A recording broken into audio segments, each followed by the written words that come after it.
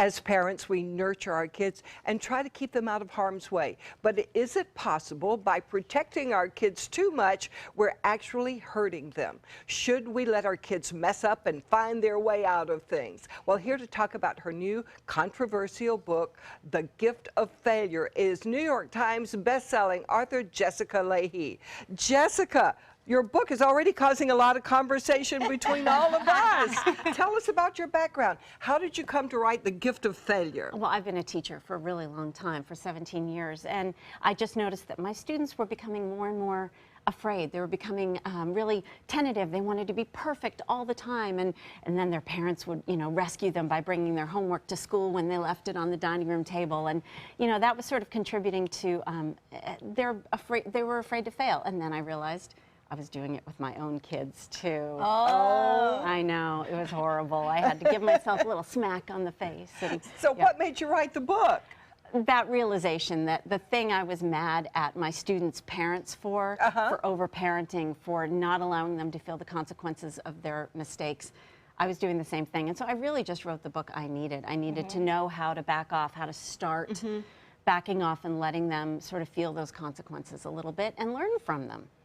Now, I don't have any kids, but I really, I understand this whole concept, but I don't understand why parents don't do it. I think because everything feels so high stakes right now, because everyone's telling parents, your kid, it's so hard to get into college, and every grade counts, and every point counts, and it's not just in high school, now it's in middle school and elementary school. And so I think they get so worried that one little mistake is going to blow it for them. Guilty as charged. And that's just not true. Guilty as charged. True. And there's so much pressure to be a perfect parent, though, and create the perfect kid, that I think we try to help make that kid perfect by helping too much. And you love them so much, you don't want them to feel the pain. So you try to do something to help them avoid the pain. Absolutely, and avoiding the pain in that moment may not be the best thing for them in the long run. And the other problem is that other parents look at us and say, oh, you must be a really great parent. Look, your kid is on the honor roll. Look, your kid is on the traveling soccer team. You're a good mom. And you want that. And the problem is we're asking our kids to shoulder the burden of whether or not we're good parents, and that's not fair to do to them. Is that different from other generations? I think there was a little bit more of a sense of, let me back off, you do your homework, and not that sort of hovering. I know parents that sit there with their child at the table while they do, Stephanie? the kids do the homework. Thank you, Linda. Thank you for that. Everybody, wow. Yeah, that is how to call out. They need help. They don't know everything. But do you think social media has played into this? Absolutely. Because, the mom braggers on social media make the rest of us feel like we obviously aren't doing something right. Right. Well, that's the problem, too. I mean, there's this pressure to look perfect all the time and look like our children are curated perfectly in every Instagram photo. The other thing is that that pressure, this thing called pressured parents phenomenon that has come up in the research, is really contagious. So when you're sitting on the sideline of the soccer field and you're talking about the cello lessons and talking about the math tutor, the other parents are going, ooh, I don't have cello lessons, I don't do a math tutor, and you get all worked up, and yeah, that's a problem. Why is it wrong to actually hover that much and not allow the kids to? The problem is that we're not giving kids the opportunity to say, oh, I left my homework at home. That means I'm going to have a conversation with an adult about how to deal with that. Or I'm going to have to come up with a strategy for how to not let that happen next time.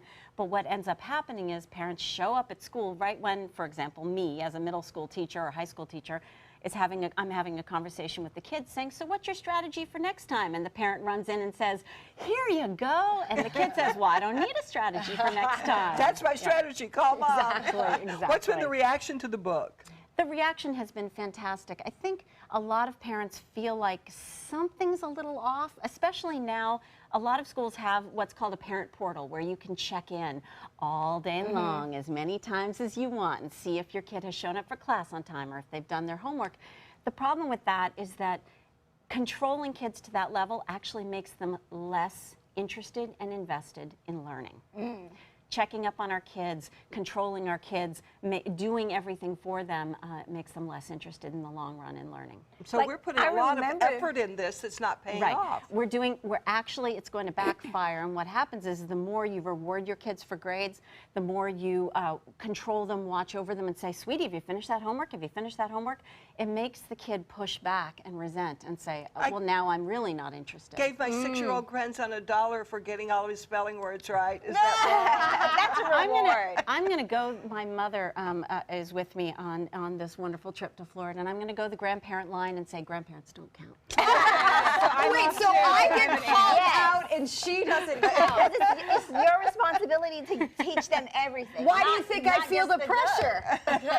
No, I mean, grandparents have the ability to skirt the rules a tiny bit because you don't have to be there for the fallout later on. Oh, that's too funny. You wonder why I love this book. Well, for more information on Jessica's book, you can visit her website, jessicalahey.com. You're going to be speaking at 40 Carats tonight. I am. It's sold out. You can't go. Sold out but show. there are lots more events at 40 Absolutely. Carats. So you can go to 40carats.org to learn about all the other events and to get one of Jessica's books free. Yay.